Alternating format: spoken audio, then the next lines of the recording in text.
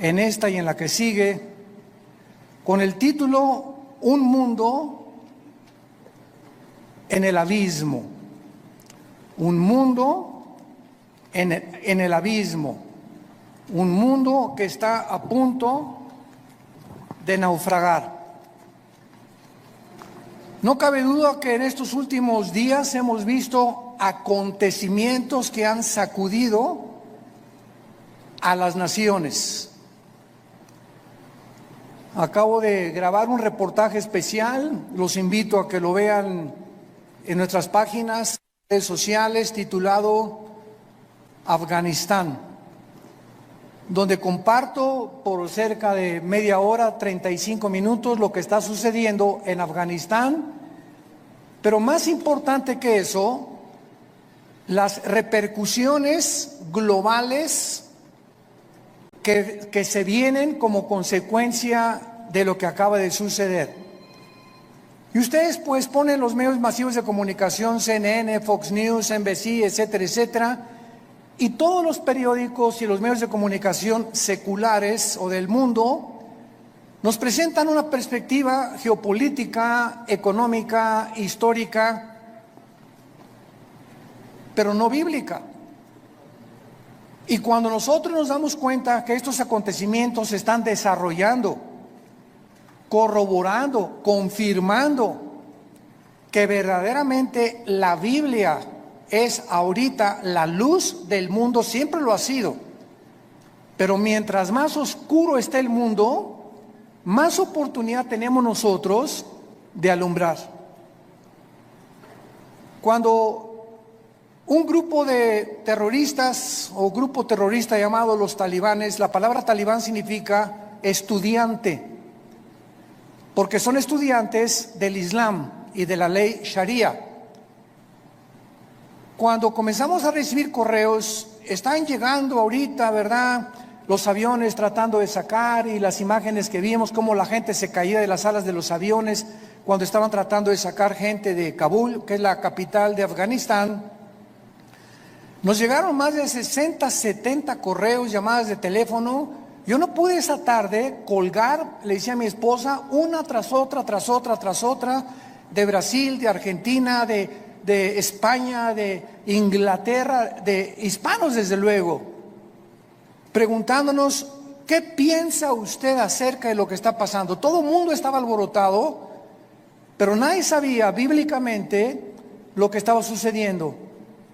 Me puse a orar e inmediatamente comencé a tratar de recopilar la información que yo podía reunir para dar una conferencia al otro día, un reportaje especial para que pudiéramos los cristianos principalmente darnos cuenta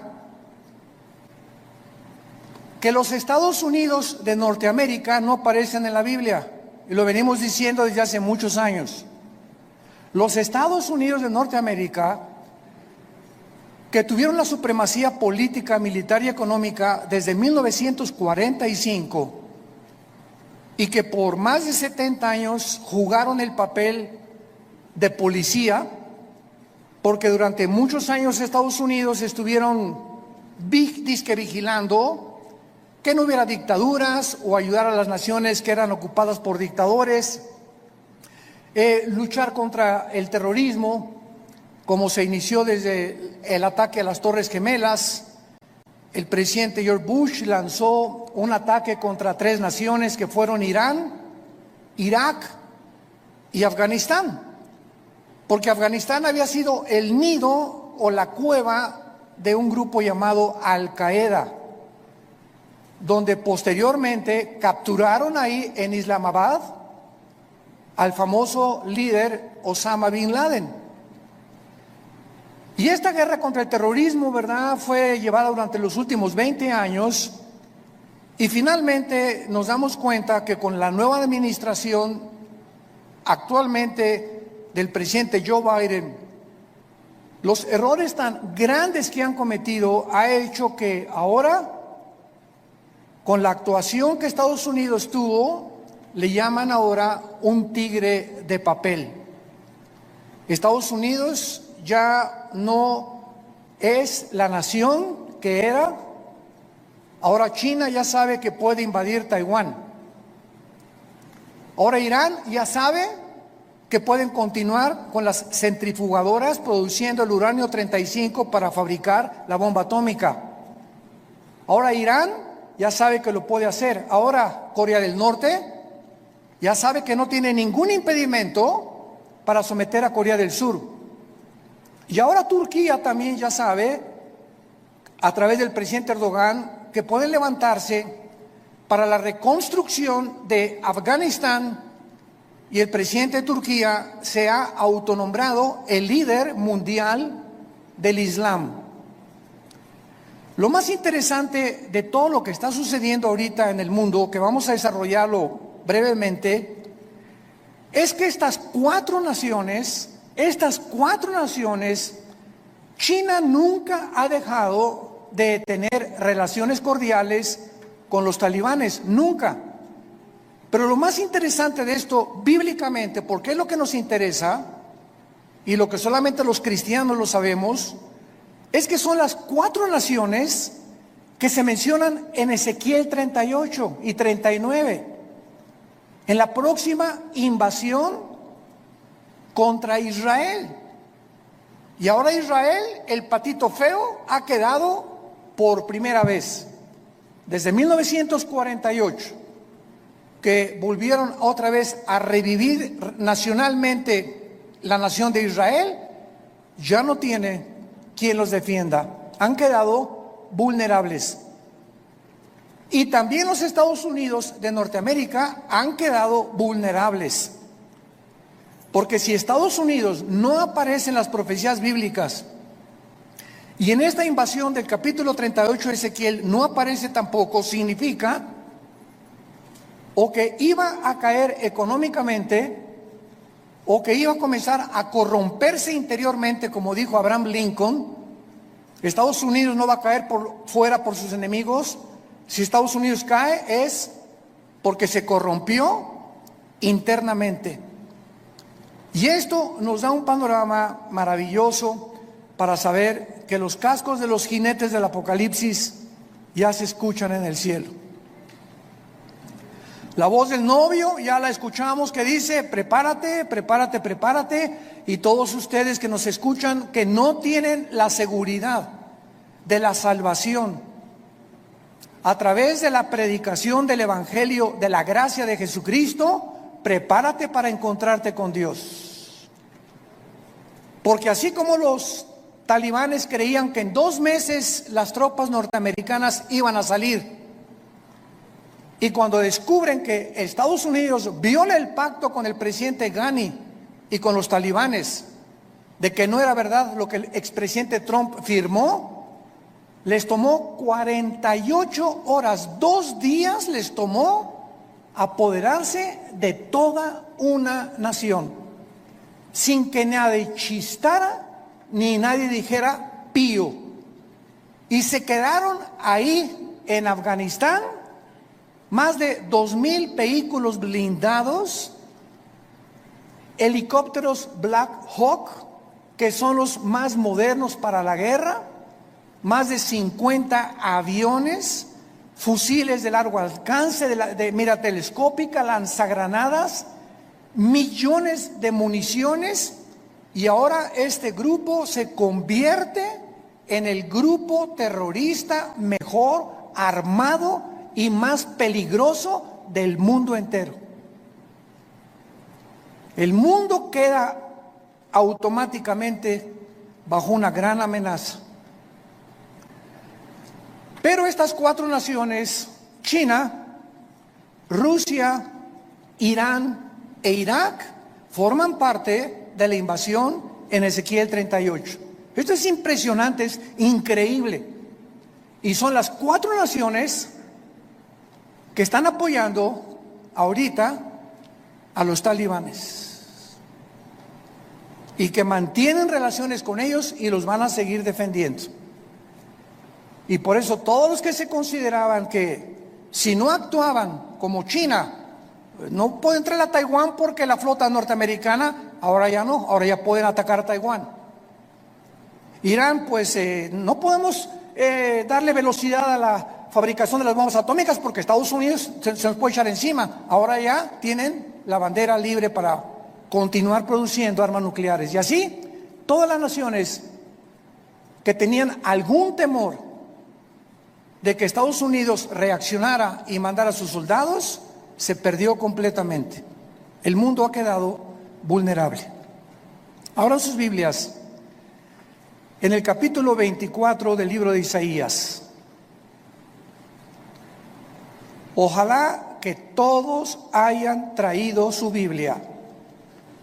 En los tiempos que vivimos, si tú no tomas en serio a Dios y sigues viniendo a la iglesia sin la Biblia, eres un cristiano de papel. A menos que ahorita en el metro se te cayó y lo olvidaste, que solo Dios lo sabe. Pero ya no podemos seguir siendo cristianos de papel, de pacotilla, de oídos, y profesando por afuera sin darle la importancia a Dios que Él nos pide que le demos a este libro sagrado, que es la única luz que tenemos actualmente. El pasaje que voy a leer en Isaías 24 se escribió hace más de 2500 años. Señores ateos que nos escuchan, escépticos y todas las personas que han atacado la Biblia y que se han burlado de ella, ahora van a comenzar a buscar y a volver otra vez a encontrar quién puede darnos respuestas de lo que está pasando geopolíticamente en el mundo. Y en este pasaje, escrito hace más de 2500 años, se describe cómo va a acabar el mundo. Pero aún más que eso, el Espíritu Santo nos delinea claramente las razones por las cuales el mundo ha llegado a la condición en la que se encuentra actualmente. Dice así: he aquí que Jehová vacía la tierra y la desnuda, y trastorna su faz, y hace esparcir a sus moradores. Y sucederá, así como al pueblo, también al sacerdote, como al siervo, así a su amo, como a la criada, a su ama, como al que compra, al que vende, como al que presta, al que toma prestado, como al que da al logro, así al que lo recibe. La tierra será enteramente vaciada, completamente saqueada, porque Jehová ha pronunciado esta palabra: se destruyó, cayó la tierra, enfermó. Cayó el mundo, enfermaron los altos pueblos de la tierra, y la tierra se contaminó bajo sus moradores porque, número 1, traspasaron las leyes. Número 2, falsearon el derecho. Y número 3, quebrantaron el pacto sempiterno. Por esta causa, la maldición consumió la tierra y sus moradores fueron asolados. Por esta causa fueron consumidos los habitantes de la tierra y disminuyeron los hombres. Se perdió el vino, enfermó la vid, gimieron todos los que eran alegres de corazón. Cesó el regocijo de los panderos, se acabó el estruendo de los que se alegran, cesó la alegría del arpa. No beberán vino con cantar, la sidra les será amarga a los que la bebieren. Quebrantada está la ciudad por la vanidad, toda casa se ha cerrado, para que no entre nadie. Esta escritura ha sido llamada el Apocalipsis de Isaías, porque después de que Isaías profetiza en este libro el juicio contra 11 naciones, el Señor ahora anuncia el juicio final contra el mundo entero. Ya el Señor Jesucristo había anunciado, Mateo 24:21, porque habrá gran tribulación en el mundo como nunca jamás la ha habido antes. En Lucas 21 escribe estas palabras el evangelista Lucas, versículo 25: habrá señales en el sol, en la luna, en las estrellas, y en la tierra angustia de las gentes, confundidas a causa del bramido del mar y de las olas, desfalleciendo los hombres por el temor y la expectación de las cosas que sobrevendrán en la tierra, porque las potencias de los cielos serán conmovidas. Versículo 34: miren también por ustedes mismos, que vuestros corazones no se carguen de glotonería, embriaguez y de los afanes de la vida, y venga de repente sobre vosotros aquel día, porque como un lazo vendrá sobre todos los que habitan sobre la faz de toda la tierra. Velad pues en todo tiempo, orando que seáis tenidos por dignos de escapar de todas estas cosas que vendrán y de estar en pie delante del Hijo del Hombre. Regresando al pasaje de Isaías, encontramos en los primeros 4 versículos 3 puntos importantes acerca del juicio de Dios.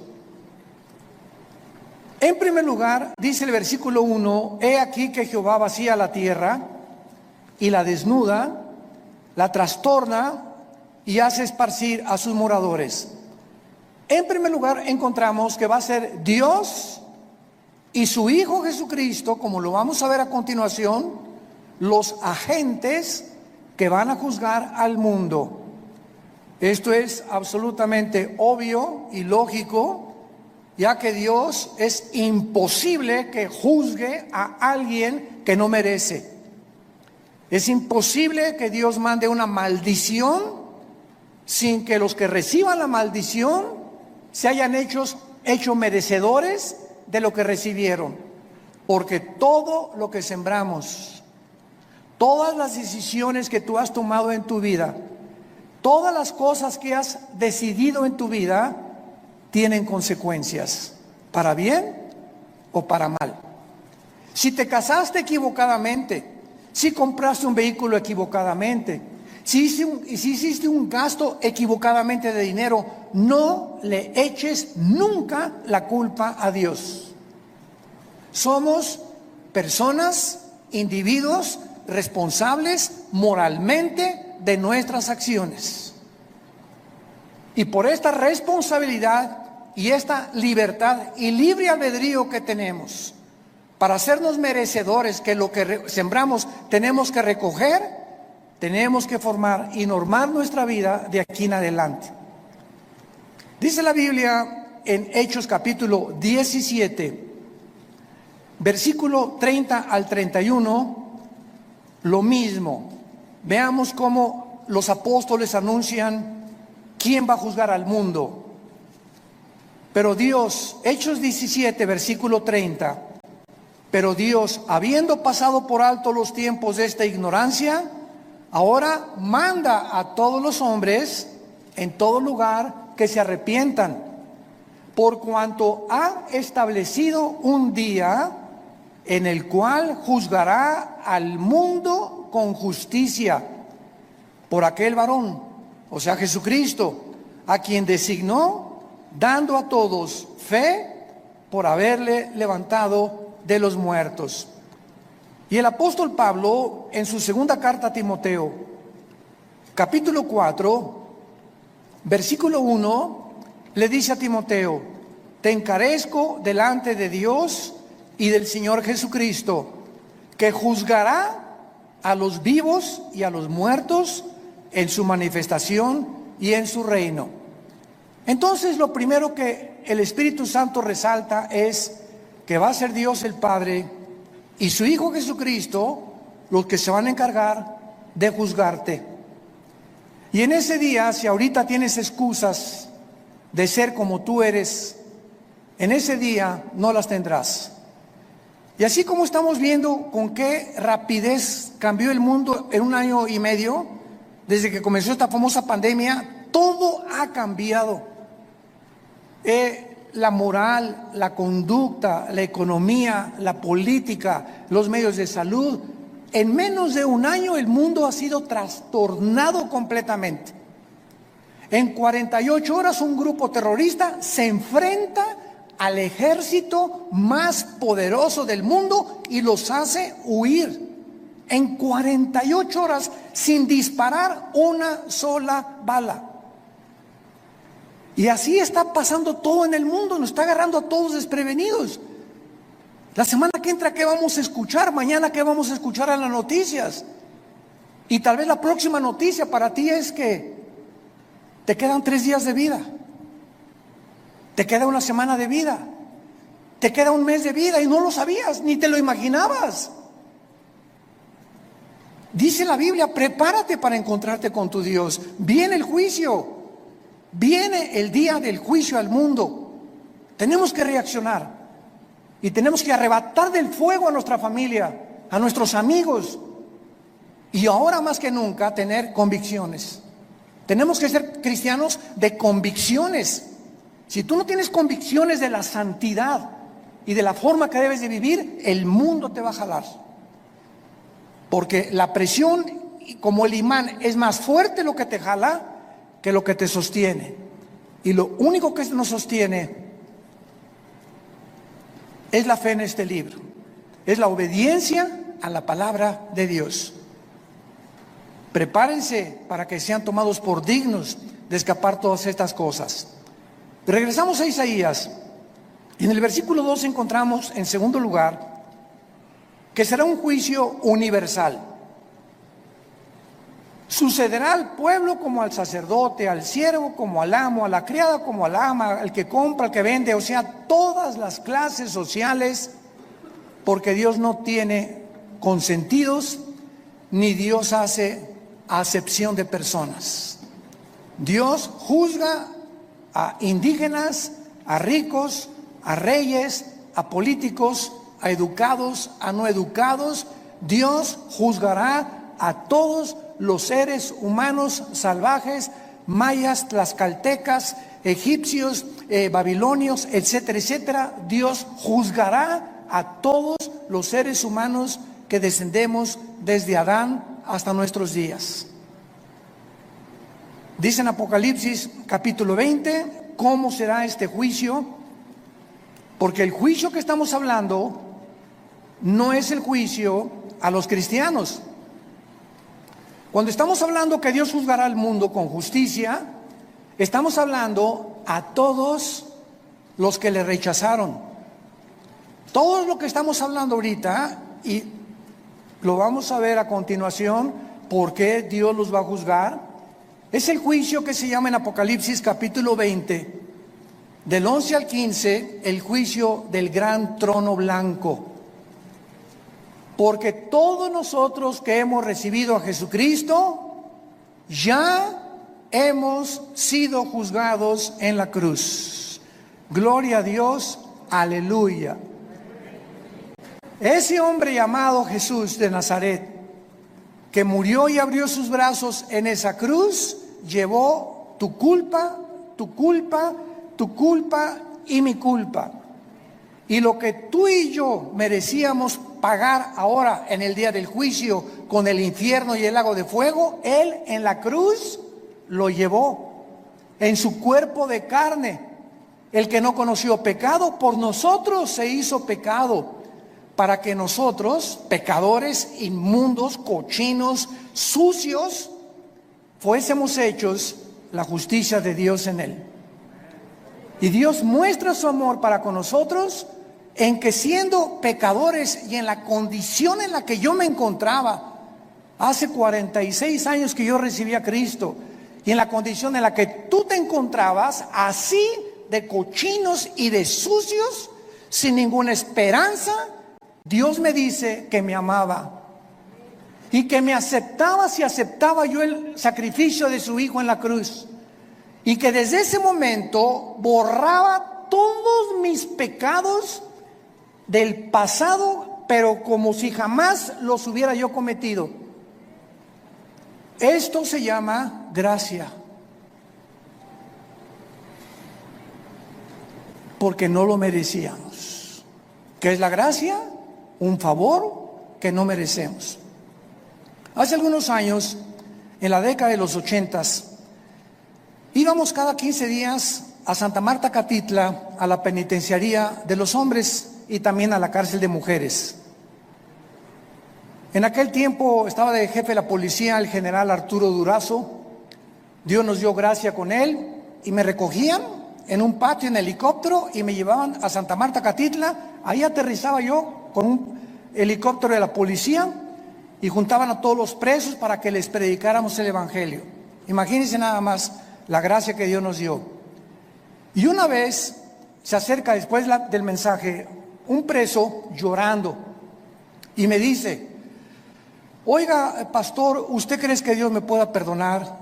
Yo había predicado sobre el hijo pródigo en esa tarde, eran como las 5:30, 6 de la tarde. Y le dije, ¿por qué? Me dice, porque he matado a 28 personas. Pero quiero decirle que estoy aquí en la cárcel no por las 27 asesinatos que cometí antes, sino porque me mandaron de un estado a la Ciudad de México a matar otro recadito que me encargaron, porque yo era matón a cuenta, y en el periférico saqué la 38 y maté a esa persona que me encargaron matar, y la policía me agarró, y estoy aquí por un crimen para pagar 15 años. Pero yo debo 27 vidas más. ¿Y saben lo que le contesté? La sangre de Cristo perdona todos tus pecados. Él no lo podía creer. Quiere decir que si yo acepto a Cristo ahorita y lo reconozco como mi Salvador, todos esos crímenes no voy a pagar por ellos. Y le dije, amén. Y otro que estaba atrás dice, ay, sí, ¿verdad? Qué bueno. Ahora sí, de repente, le dije, porque es gracia. Esa es la gracia, ese es el mensaje del evangelio, de la gracia de Dios. Que Dios te perdona siendo inmundo y pecador. Porque nadie merece irse al cielo, nadie merece el perdón. Dios nos lo da en su amor en la cruz. Esta palabra gracia no aparece en ninguna religión. En ninguna religión. Y hay cristianos que todavía no han entendido el significado de la palabra por gracia somos salvos por medio de la fe. Es la fe la que nos da la gracia de Dios. El creer lo que Él hizo en la cruz nos hace, nos abre para que Dios tenga a favor de nosotros, se compadezca de nosotros y nos regale el amor de su Hijo Jesucristo. ¿Qué mensaje tan glorioso tenemos? Yo quiero decirte a ti que nos estás viendo por la televisión y ustedes están aquí presentes. Me puedes decir, yo he abortado 8 niños, llevo 3 divorcios, he matado, he adulterado, he hecho aquello. Si tú recibes a Cristo, Dios te perdona. Y en este día del juicio, tú no estarás presente, porque Él pagó por ti y por mí. Y por eso vivimos tan agradecidos, humillados, después de lo que Él hizo en nuestro lugar en esa cruz. Dice Apocalipsis 20, versículo 11, hablando del trono donde estarán todos los que rechazaron este regalo de Dios.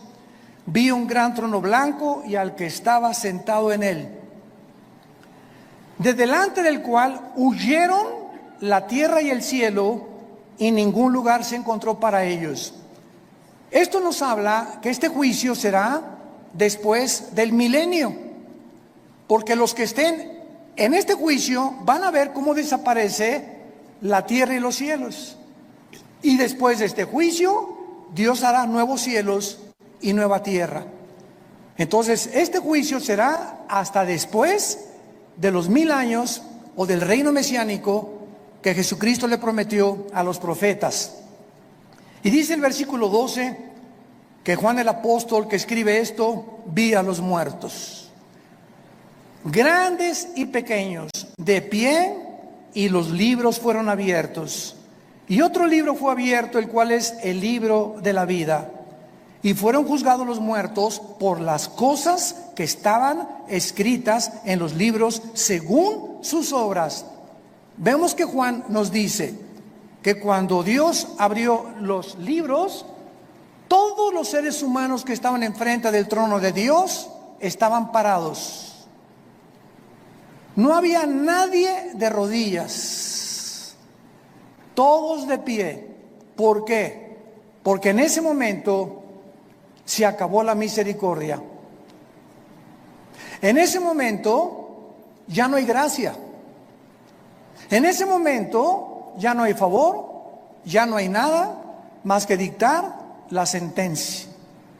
La gracia, el favor, la misericordia están hoy que tú me escuchas delante de ti a través del mensaje del Evangelio de la gracia de Jesucristo.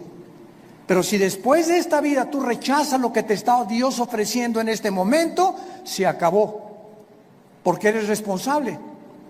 Somos sometidos a la ley de la responsabilidad individual, y cuando tú te mueras, te morirás en tus pecados, porque tú así lo decidiste. Como dijo un predicador hace algún tiempo, Dios no manda a nadie al infierno.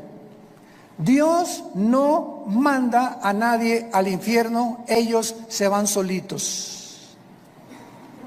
Dios dio a su Hijo en la cruz, y si tú te condenas es porque tú escogiste pasar la eternidad lejos de Dios, porque en esta vida rechazaste a Dios y no lo quisiste, menos te gustará seguir con Él después de muerto. Los libros van a ser abiertos, todos tus pensamientos, todas tus palabras y todas tus acciones serán traídas delante de ti como en una película. Y observamos que Dios te va a juzgar por las obras. Qué irónico, ¿verdad? La salvación es por gracia sin las obras, pero el juicio será por las obras, por lo que tú hiciste. Y ahora, por lo que nosotros hicimos, Dios nos perdona, pero el día del juicio no lo vas a soportar. Y en tercer lugar, regresamos a Isaías 24, dice el versículo 3 y 4, que este juicio devastará completamente el mundo. La tierra será vaciada, versículo 3, Isaías 24, completamente saqueada. Jehová ha pronunciado esta palabra: la tierra se destruyó, enfermó, cayó el mundo, blasfemaron los altos pueblos de la tierra, y la tierra se contaminó bajo sus moradores, porque traspasaron las leyes, falsearon el derecho y quebrantaron el pacto sempiterno. Estas características del versículo 4 ya las podemos ver. ¿En qué planeta estamos tú y yo viviendo? En un planeta donde el aire ya está contaminado. Las frutas, las cosechas, la agricultura, los campos están contaminados. El mar inmensamente contaminado. La comida contaminada. Todo a nuestro alrededor es un mundo contaminado. Y lo más interesante que vamos a descubrir a continuación es que ahorita las naciones, el efecto global y el clima, están luchando las naciones por mejorar el clima, sin que los líderes de las naciones se den cuenta, porque hay un velo en sus mentes que no pueden entender la realidad de lo que nos rodea. Creen que se debe pues a los hidrocarburos y esto y el otro, que tienen algo que ver, pero de acuerdo a la Biblia, la contaminación del planeta está asociada con nuestros pecados. Mientras más inmoralidad hay en el mundo y mientras más maldad hay en el mundo, la tierra sufre igualmente que nosotros. Y esto lo podemos ver claramente para confirmarlo cuando Dios creó el paraíso o el huerto del Edén, donde todo era perfecto. ¿Se acuerdan? Los leones no mordían, las rosas no tenían espinas, los reptiles no tenían veneno, no había tormentas, no había tsunamis, no había terremotos. Adán y Eva vivían en un mundo perfecto. Y cuando Adán y Eva pecan, qué interesante, toda la ecología del mundo cambia inmediatamente. En el momento que la primer pareja peca, se cambia la genética de los animales y se vuelven feroces. Se cambian las condiciones del mundo y comienza a llover. Se cambia la condición de las plantas y comienzan a sacar espinas. Toda la genética y la ecología del mundo cambia cuando el ser humano pecó. ¿Por qué? Porque desde Génesis 2, Dios le dijo a Adán y Eva: pongo debajo de ustedes para que se enseñoreen, para que sean los administradores de toda la creación. Pero si ustedes se apartan de mis leyes, la creación se volverá su enemigo. Y esto la gente que no tiene al Espíritu Santo no lo entiende. Y lo atribuyen a problemas de gases, hidrocarburos, y no hay absolutamente ninguna solución para cambiar ahora un mundo en crisis, un mundo que se encuentra en el abismo. Ahora veamos a continuación las causas del juicio en el versículo 5 que acabamos de leer. ¿Por qué el mundo ha llegado al punto que llegamos? Y hace 2700 años el profeta Isaías lo advirtió. Número 1, la tierra se contaminó bajo sus moradores porque, en primer lugar, falsearon las leyes o falsearon el derecho. Esta palabra es Torah en el hebreo, si te interesa ponerlo, cuando dice falsearon las leyes, falsearon los mandamientos de Dios. Y esto es importante porque la Biblia nos muestra claramente que la contaminación, repito, afecta al ser humano, y la iniquidad y la maldad y la inmoralidad de los habitantes del mundo es tan grande el pecado, que la naturaleza se vuelve contra nosotros. Veamos otros ejemplos de esto en el libro de Job, capítulo 36. Job, capítulo 36, versículo 33. El trueno declara su indignación. ¿Han oído ustedes los truenos y los rayos? Mi esposa, cuando truena, a mí me encanta que truene, porque sé que no me va a pasar nada. Mi esposa sale corriendo y ay, está lloviendo. Y digo, pues aquí, mira, más cerquita aquí conmigo, y aquí la papacho. Pero cuando truena, nos ponemos así, ¿verdad? Porque se oye una cosa esplendorosa en el cielo, como una voz gigantesca. ¡Pum! Y dice la Biblia que es una manifestación de la indignación de Dios los truenos, como diciéndonos: ahí les va un botón de muestra de mi poder. Y la tempestad proclama su ira contra la iniquidad. ¿Se dan cuenta? Como todo lo podemos respaldar bíblicamente. Ahora capítulo 37 de Job, versículo 12 y 13. Asimismo, por sus designios se revuelven las nubes en derredor, para hacer sobre la faz del mundo, en la tierra, lo que Él les mande. Unas veces por azote, otras por causa de la tierra, otras por misericordia las hará venir. Nos damos cuenta que las lluvias es una misericordia de Dios, mas no las inundaciones. Entonces, Dios hace llover muchas veces por misericordia de nosotros. Necesitamos tierra fértil que produzca, ganado que tenga que comer, que los ríos suban su caudal y su volumen y su nivel, pero otras veces encontramos que estas mismas aguas Dios las usa como un medio donde nos está diciendo: ustedes van por mal camino. Entonces, qué interesante que la Biblia nos muestre que el planeta se encuentra como se encuentra porque la maldad de los hombres es demasiada. Hemos llegado a un punto de maldad que no nos imaginamos. Dice en Romanos capítulo 1 también que Dios estableció leyes también morales. Dios estableció leyes morales. Cuando creó el mundo, Dios primero hizo las leyes de la gravitación, las leyes del electromagnetismo y las leyes nucleares. Las leyes cósmicas: la Tierra mantiene su movimiento en 24 horas, en 35 días alrededor del Sol.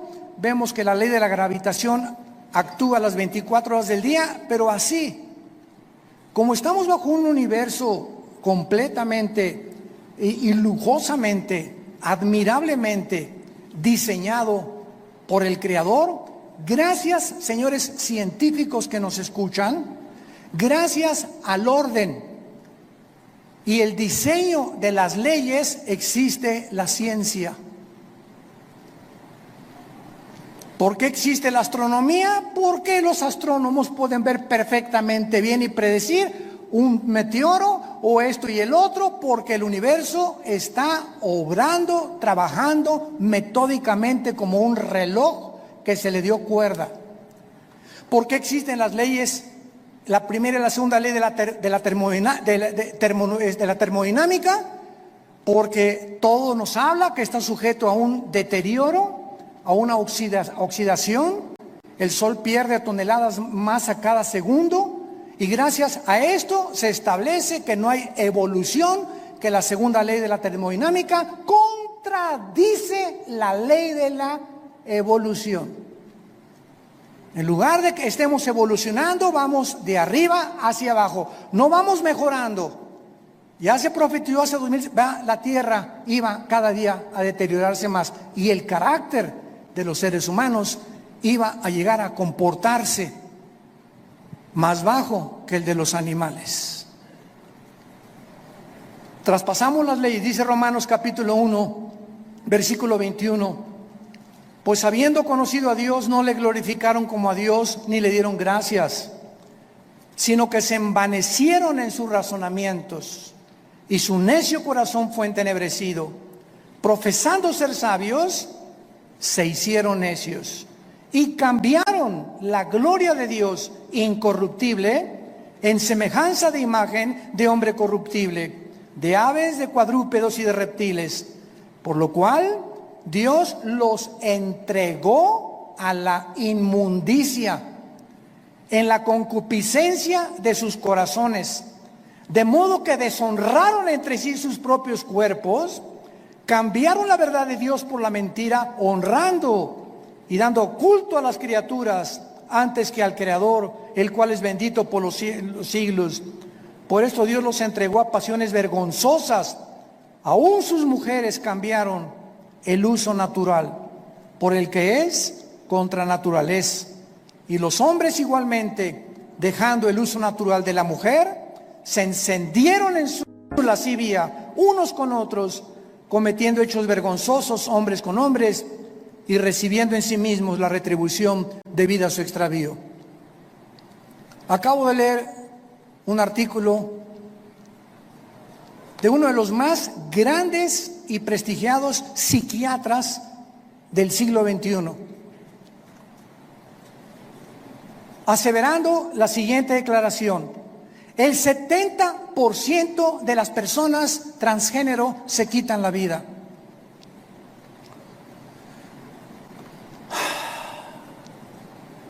El 70% de las personas que intentaron cambiar la naturaleza con la cual nacimos, le dijeron a Dios: te equivocaste, yo no soy hombre, soy mujer, no soy mujer, soy hombre, Finalmente, cuando hacen la operación y la cirugía para cambiarse el sexo,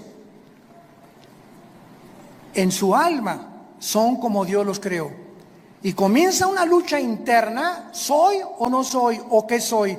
Y la confusión y el conflicto mental llega al grado que prefieren quitarse la vida.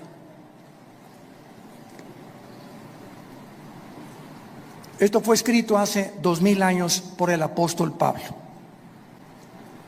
dejando el uso natural, la biología, las leyes de la naturaleza. No hay más que hombre y mujer. No hay 3 sexos, no hay 4, no hay 5. Eres varón o eres hembra. Y cerramos la Biblia de acuerdo a la ciencia. Si tienes 2 cromosomas XX, eres mujer. Y si tienes el cromosoma Y, que las mujeres no tienen, eres macho camacho.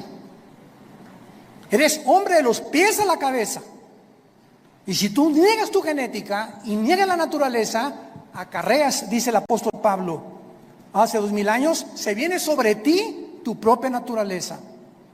Y nunca podrás vivir en paz, porque has traspasado las leyes de Dios. En segundo lugar, dice, falsearon el derecho. Los gobernantes, los magistrados de justicia que nos escuchan, los jueces federales y civiles, los senadores, los diputados, los dictadores, han pervertido el derecho para gobernar recta, íntegra y honestamente una nación. El expresidente de Afganistán, Ghani, salió huyendo con más de 120 millones de dólares, como todo buen político corrupto. Y si vemos una gangrena, un veneno que está ahorita en las naciones, es precisamente ese, la corrupción. No es el pueblo lo que les interesa, son sus intereses personales. Me voy a llevar lo más que pueda del pastel en el poco tiempo que tengo que ejercer mi derecho, antes de que acabe todo. Y finalmente dice la Biblia, quebrantaron el pacto sempiterno para terminar. Quebrantaron el pacto sempiterno. ¿Cuál es este pacto sempiterno? Veamos el libro de Malaquías, antes de Mateo, para terminar, el último libro de la Biblia, Malaquías capítulo 2, versículo 13, lo que el profeta escribió antes de que iniciara la venida de Jesucristo. Malaquías 2, versículo 13. Y esta vez haréis cubrir el altar de Jehová con lágrimas, de llanto y de clamor. Ya no miraré más a la ofrenda para aceptarla con gusto de tu mano. Me dirás, ¿por qué? Porque ha Jehová atestiguado contra ti y la mujer de tu juventud, contra la cual has sido desleal. Estoy enojado contra ti. ¿Por qué, Señor? Porque no eres fiel a tu esposa.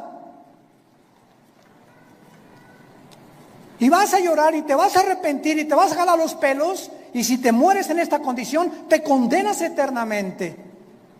Desleal. Vamos a ver qué significa la palabra en hebreo, desleal. Siendo ella tu compañera y la mujer de tu pacto. ¿Cuál es el pacto que menciona Isaías que acabamos de mencionar? Sempiterno, el primer pacto que Dios estableció antes de cualquier institución humana, de los colegios y de los gobiernos. Se llama el pacto inquebrantable del matrimonio. A los que les interese, la palabra desleal en el hebreo es la palabra bagad, con B de bueno, A de Armando, G de Gárgara, H, A de Armando, D de David, bagad. Escuchen lo que significa ser desleal. Actuar encubiertamente, hipócritamente, fraudulentamente o secretamente, encubrir, tapar, engañar y decir cosas que no sentimos.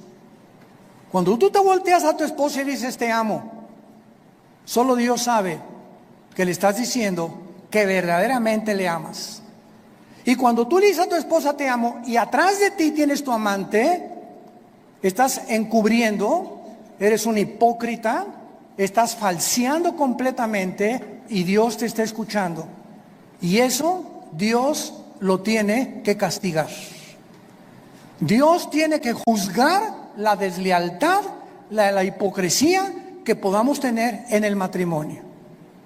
Por eso tenemos estos seminarios cada año con 300, 250 parejas, para que en esos 3 días regresemos a la Biblia, nos arrepintamos, hay una renovación de votos el último día junto a la playa, una cena de gala, y ahí podemos descubrir que, Dios mío, es que yo sentí que ya no la amaba, pero viene el Espíritu Santo y nos da algo sobrenatural que ya habíamos perdido, porque le estamos diciendo a Dios: yo quiero mantener y llegar hasta el fin con mi gordita y con mi gordito, porque de otra manera me estoy engañando. No puedo irme con un amante ni creer que hay una mujer que me satisfaga, que la mujer y la madre que tú me diste para mis hijos.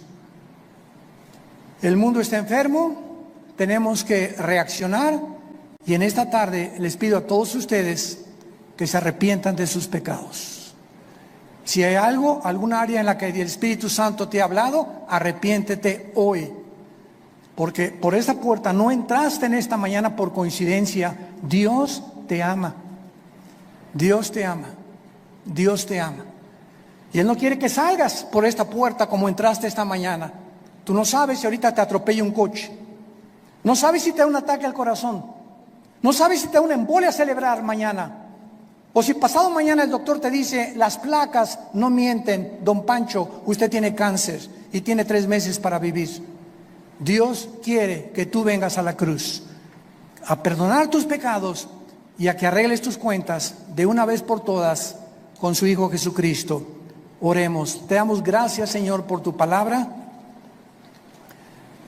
porque de tal manera nos amas que nos has dado a tu Hijo Jesucristo, para que cualquiera, sin acepción de personas, que crea en Él, no se pierda, mas tenga la vida eterna.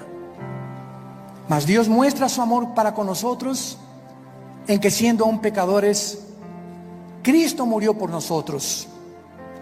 Mas Él herido fue por nuestras rebeliones, molido por nuestros pecados. El castigo de nuestra paz fue sobre Él, y por sus llagas hemos sido nosotros curados. Él, que no conoció pecado, por nosotros se hizo pecado, para que nosotros fuésemos hechos la justicia de Dios en Él.